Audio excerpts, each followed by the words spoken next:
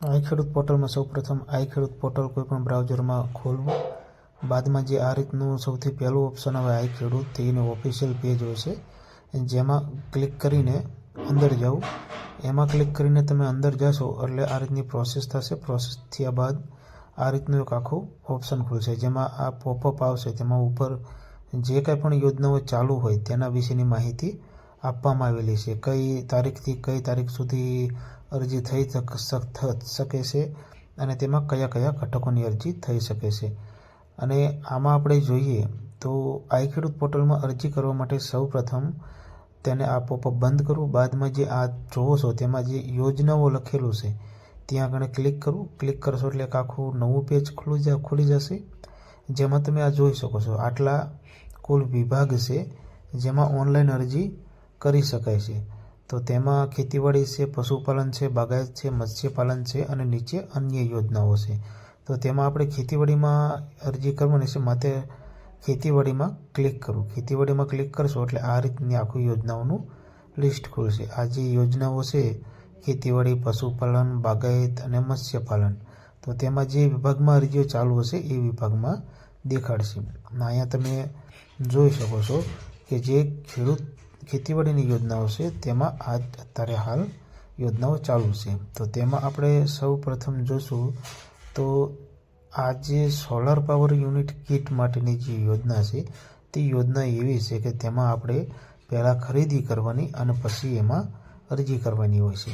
તો તેમાં આપણે જાણીએ કે તેમાં કઈ રીતની સિસ્ટમ હોય છે. તેમાં આપણે ક્લિક કરીને અંદર જાવીએ એટલે આ રીતનું આખું આવશે. તેમાં અનુક્રમ નંબર હોય, ઘટકનું નામ હોય, સહાયનું ધોરણ, રિમાર્ક્સ, ઓછામાં ઓછા કેટલા વર્ષે રિપીટ લાભ મળે છે, ડોક્યુમેન્ટ શું જરૂર પડશે અને અરજી કરવા માટેનું. તો આ જે રિમાર્ક્સ જે યોજનાનું લખ્યું છે તેમાં તમે એના બધું ડિટેલમાં વાંચી જુઓ કે ભાઈ તેમાં શું શું હોય છે, કઈ રીતનું હોય છે, કઈ રીતની સબસિડી મળે, તે બધી માહિતી આપેલી હોય છે. જેમાં તેના ધારાધોરણ લખેલા હોય છે, કઈ રીતની વસ્તુ લેવાની હોય છે તે મુજબનું હોય છે. આમાં કારણ કે પહેલાં ખરીદી કરવાની અને પછી અરજી કરવાની હોય છે. તો તેમાં આપણે જે ડોક્યુમેન્ટ લખ્યું છે તેમાં ડોક્યુમેન્ટમાં જશો એટલે કહે છે કે આમાં શું શું ડોક્યુમેન્ટની જરૂર પડશે. બાદમાં આ એનો ફોટો છે કે ભાઈ કઈ રીતનું આ વસ્તુ આવશે કે કેવી હોય છે તે બાબતની. તો તે જે પણ અરજી કરવાની હોય તેમાં ખાસ વેરીફાઈ કરી લેવું કે આપણે જેમાં અરજી કરવા માગીએ છીએ તે જ આ વસ્તુ છે કે નહીં, તે ફોટા ઉપર ક્લિક કરી તમે જોઈ શકશો. હવે આપણે અહીંયા જોવી તો આ જે અરજી કરવા માટે છે તેની ઉપર આપણે ક્લિક કરીને અંદર જશું. અંદર જશું એટલે આ પ્રમાણે આખું એક પેજ ખુલશે અને આ પ્રમાણે નોટિફિકેશન આવશે કે ભાઈ આ ઘટકમાં ખરીદી બાદ અરજી કરવાની થાય છે, બરાબર. તો તેમાં આપણે હા કરવાનું. હા કરશું એટલે એ આગળ વધી જશે. પણ હવે આપણે પાછા આવીએ છીએ અને બીજી અરજી કરવા માટે જોઈએ. તો ખેતીવાડીની યોજનામાં ક્લિક કર્યું. ક્લિક કરી અને આ રીતનું આખું એક પેજ ખુલી ગયું. પેજ ખુલી ગયું એટલે એમાં આપણે અરજી માલવાહક વાહનમાં કરવાની છે. તો એમાં આપણે ક્લિક કરીને અંદર ગયા. તો તેમાં પણ એ જ પ્રમાણે છે કે ભાઈ આમાં શું શું જરૂર પડશે, શું એના ધોરણો છે, અરજી કરવા માટે ક્લિક કરીએ. તો હવે આ રીતનું આખું એક પેજ ખુલી જાય છે. તેમાં તમે નીચે જશો એટલે નીચે તમે જોઈ શકો છો કે અહીં કણે તમે રજિસ્ટર અરજદાર છો તો તેમાં આપણે હા અથવા ના હોય તો એ કરી આગળ વધવાનું છે. આગળ વધશો એટલે આખું એનું ફોર્મ ફિલઅપ કરવાનું ખુલશે. તો તેમાં આપણે નીચે જઈએ તો તમે નીચે જોઈ શકો છો આ 4 ઓપ્શન છે. નવી અરજી કરવા માટે ક્લિક કરો, અરજી અપડેટ કરવા માટે, કન્ફર્મ કરવા માટે અને અરજીની પ્રિન્ટ આઉટ લેવા માટે. તો તેમાં સૌ પ્રથમ આપણે અરજી કરવાની છે તો એ સ્ટેપને આપણે ફોલો કરશું. તો નવી અરજી કરવી, પછી અપડેટ કરવી, બરાબર. તો અરજી કરવા માટે આપણે ક્લિક કર્યું. ક્લિક કર્યું એટલે તેનું જે આખું ફોર્મ આપણે ભરવાનું છે તેની વિગત આવી ગઈ. તો આમાં સૌ પ્રથમ છે જે આમાં ફૂદડીથી કરેલા છે તે ફરજિયાત ભરવાના હોય છે. તો તેમાં સૌ પ્રથમ તમારું નામ આવશે, આમાં પિતાનું નામ આવશે અને પાછળ આપણી અટક આવશે. પછી એમાં તમે જોઈ શકો જાતિ, પછી લિંગ એટલે સ્ત્રી અથવા પુરુષ, પછી કયો જિલ્લો છે તો જિલ્લો ખાસ પસંદ કરવો, તાલુકો અને ગામ.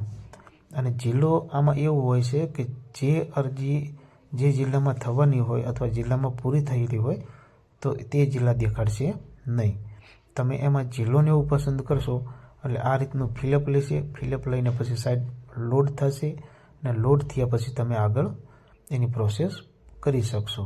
એટલે લોડિંગ પૂરું થવા દો અને બાદમાં આ જે લિંક પસંદ કરો તેમાં છે પુરુષ અથવા સ્ત્રી, જિલ્લો, તો અહીંયા બધા જિલ્લાના નામ આપ્યા છે. જે જિલ્લાના નામ આપ્યા હશે એ જ જિલ્લામાં અરજી થઈ શકશે, અન્ય જિલ્લામાં અરજી થઈ શકશે નહીં, કારણ કે તેનો ટાર્ગેટ પૂરો થયો હશે અથવા એ જિલ્લા માટે યોજના ચાલુ કરવામાં આવી નહીં હોય. તો આ બધા જિલ્લાના નામો છે. અને પછી એમાંથી આગળ વધી અને પછી એનો તાલુકો સિલેક્ટ કરવો. તાલુકો સિલેક્ટ કર્યા બાદ તમારું જે કોઈ પણ ગામ હોય તે તમારે પસંદ કરવાનું રહેશે. અને જે આમાં લાલ ફૂદડી કરે છે તે ફરજિયાતપણે ભરવાની છે, તે વિગત બાકી નથી રાખવાની. જો તે બાકી રાખશો તો ત્યાં સુધી તમારું ફોર્મ સબમિટ થશે નહીં. તો હવે આપણે આગળ પ્રોસેસ સમજીએ આમાં. તો આટલી વિગત આપણે ભરી છે. અન્ય વિગત આપણે અત્યારે હાલ ભરતા નથી, કારણ કે આપણે એક બેઝિક માહિતી છે. અને ઉપર તમે જે જિલ્લો, તાલુકો અને ગામ નાખો તે નીચે જે આપેલું હોય ત્યાં પણ તે જ નામ આવવા પડે. જિલ્લાનું નામ, તાલુકાનું નામ અને ગામનું નામ તે પણ તે નીચે આવી જવા જોઈએ. અહીંયા પછી આપણું બેઝિક માહિતી, સરનામું છે, પિનકોડ નંબર છે, તમે દિવ્યાંગ છો કે કેમ, ખેડૂતનો પ્રકાર છે, ઈમેલ છે જો હોય તો, મોબાઈલ નંબર ફરજિયાત નાખવાનો છે. મોબાઈલ નંબર નાખતી વખતે ખાસ ચેક કરવું કે મોબાઈલ નંબર ખોટો લખાય નહીં. અને પછી આધાર નંબર છે. આધાર નંબરમાં નીચે ખરાને ક્લિક કરી અને તેની ઉપર ઓકે આપવું.